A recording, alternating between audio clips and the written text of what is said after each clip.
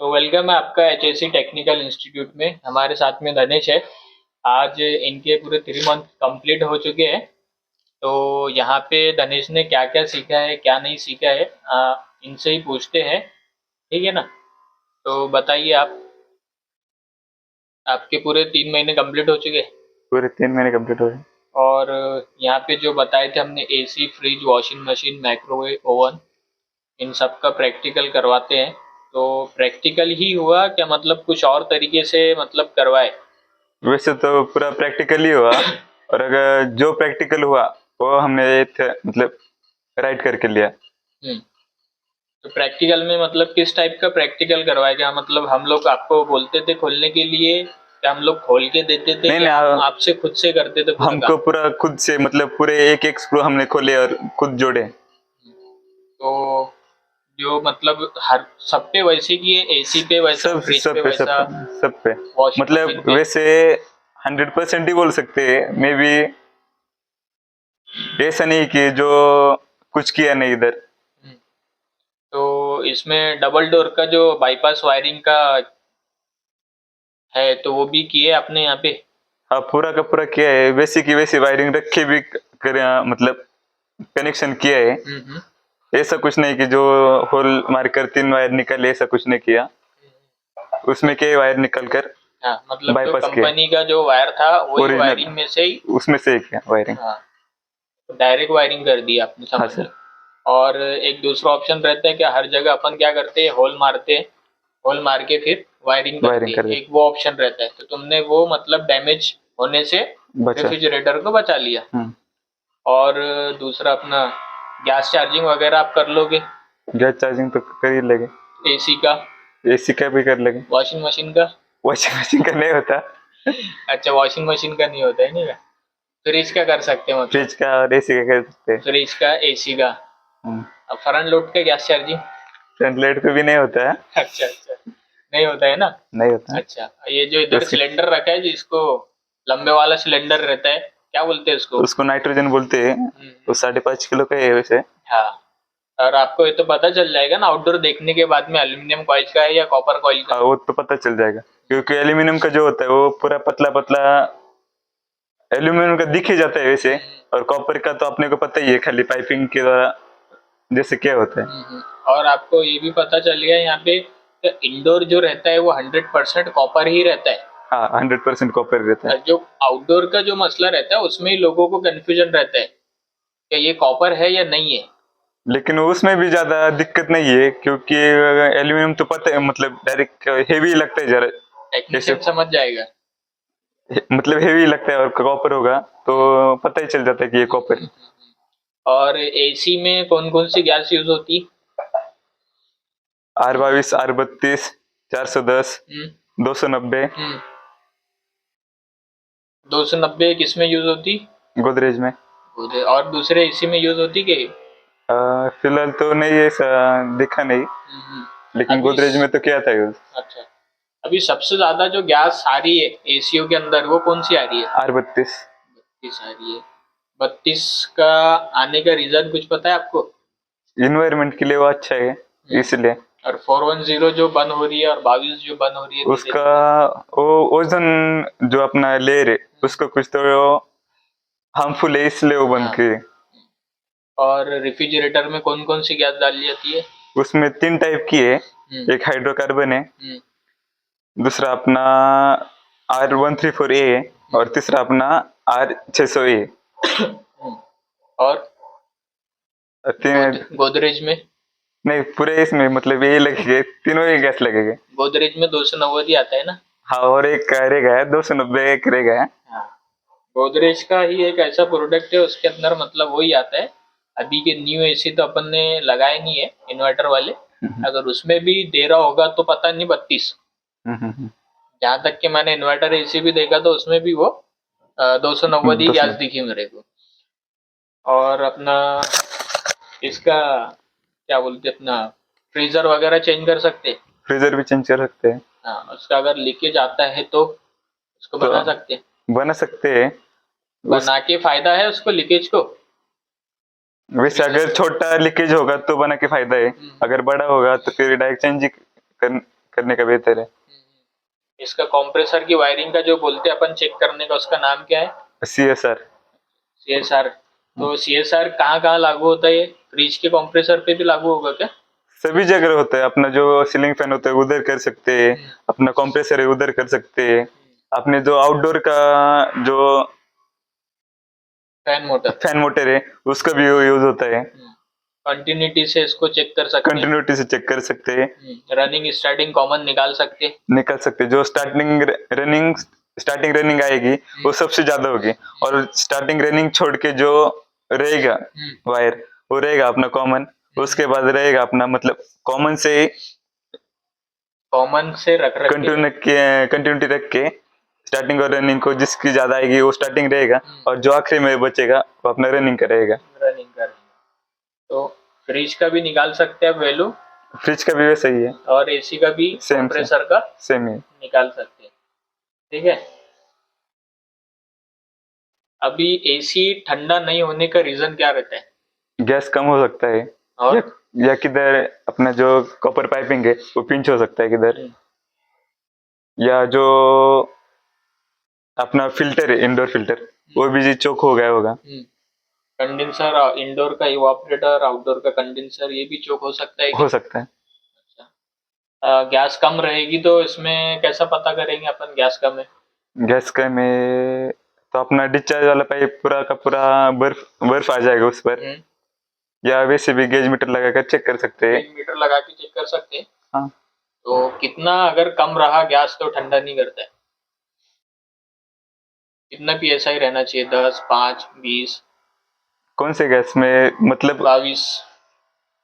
R22 में समझो 60 पे से मतलब 60 से 75 PSI चाहिए ना, तो उससे अगर कम होगा मतलब 50-40 होगा तो भी मतलब थोड़ी थोड़ी परेशानी करेगा ही वो। हाँ।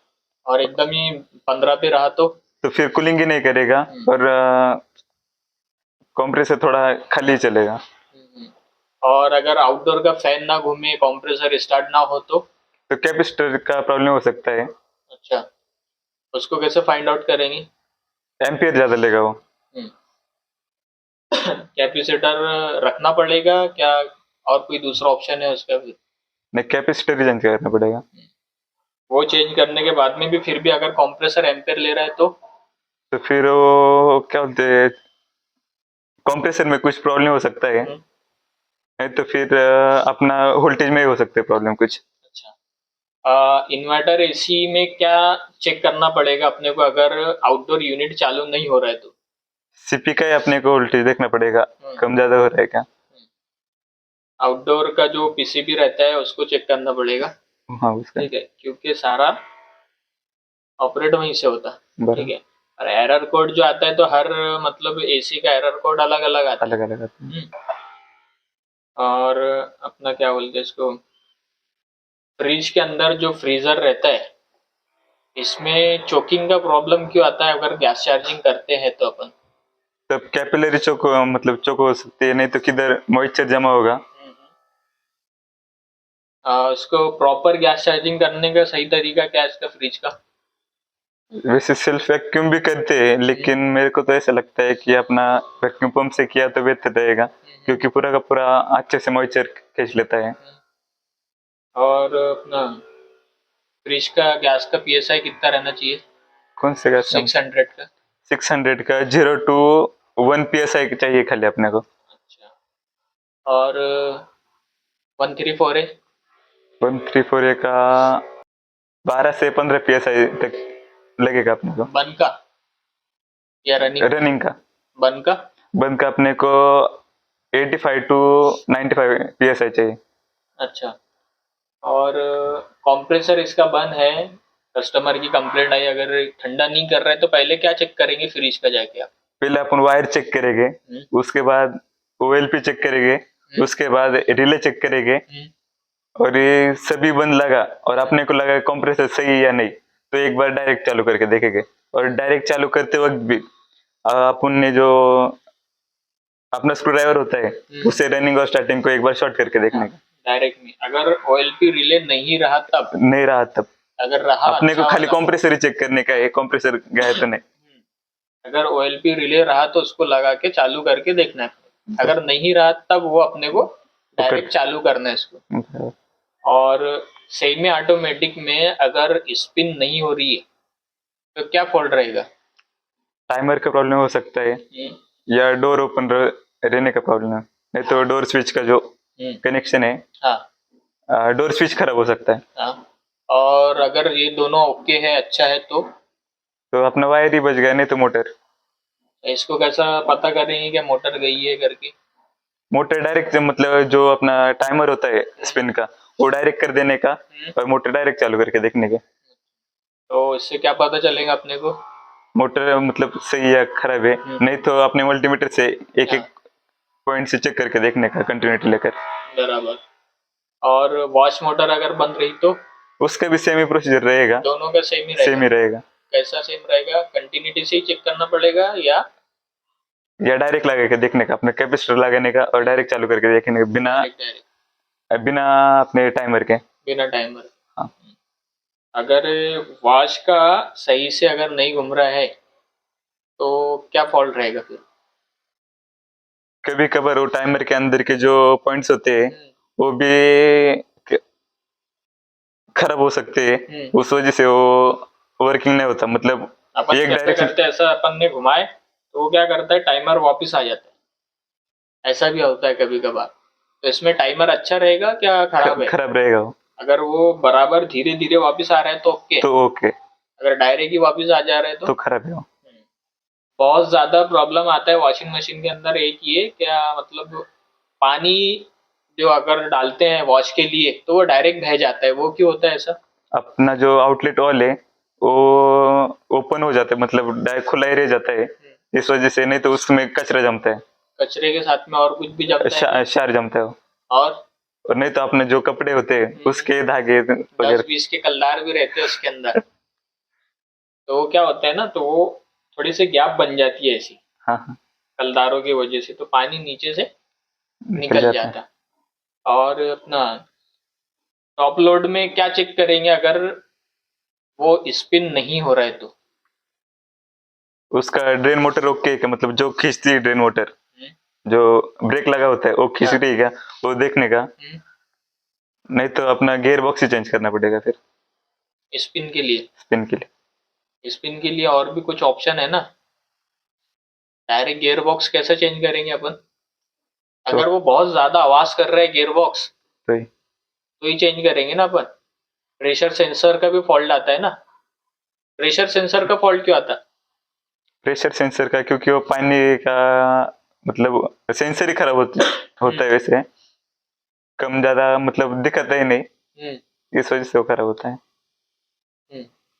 अगर स्पिन नहीं हो रहा है तो प्रेशर सेंसर का फॉल्ट कहीं हो सकता है। हो सकता है। हाँ, अगर मोटर उसकी नहीं घूम रही है तो? नहीं, मोटर तो घूमती है लेकिन स्पिन नहीं होता, खाली अंदर का जो पल्सलेटर है वही घूमता है। तो उस दौरान क्या फॉल्ट हो सकता? तो ड्रेन मोटर क्या हो सकता है ना, मतलब इसमें क्या प्रॉब्लम आया था एक बार वर्लपूल में, अपन काम कर रहे थे उसका कैपेसिटर का।